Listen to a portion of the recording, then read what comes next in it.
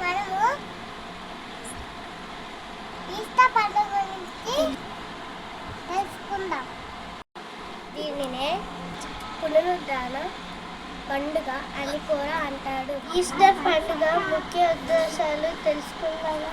చనిపోయి మళ్ళీ బ్రతికితే ఎంత సంతోషం.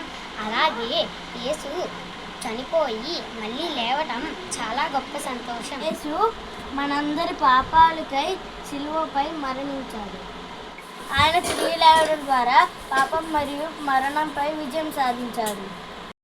వసంతకాలంలో చెట్లు చిగురించి ఆకులు ఎలా వస్తాయో అలాగే యేసు పునరుద్ధానం మనకు కొత్త ఆశను కలిగిస్తుంది. మనం కూడా తప్పులు చేసి మళ్ళీ మంచిగా మారడానికి అవకాశం ఉంటుందని ఇది తెలియజేస్తుంది. దేవుడు మనల్ని ఎంతగానో ప్రేమిస్తున్నాడు కాబట్టి తన కుమారుడైన క్రీస్తును మన కోసం పంపించాడు. దేవుని మరణించి తిరిగి లేవడం అనేది దేవుని యొక్క గొప్ప ప్రేమను తెలియజేస్తుంది.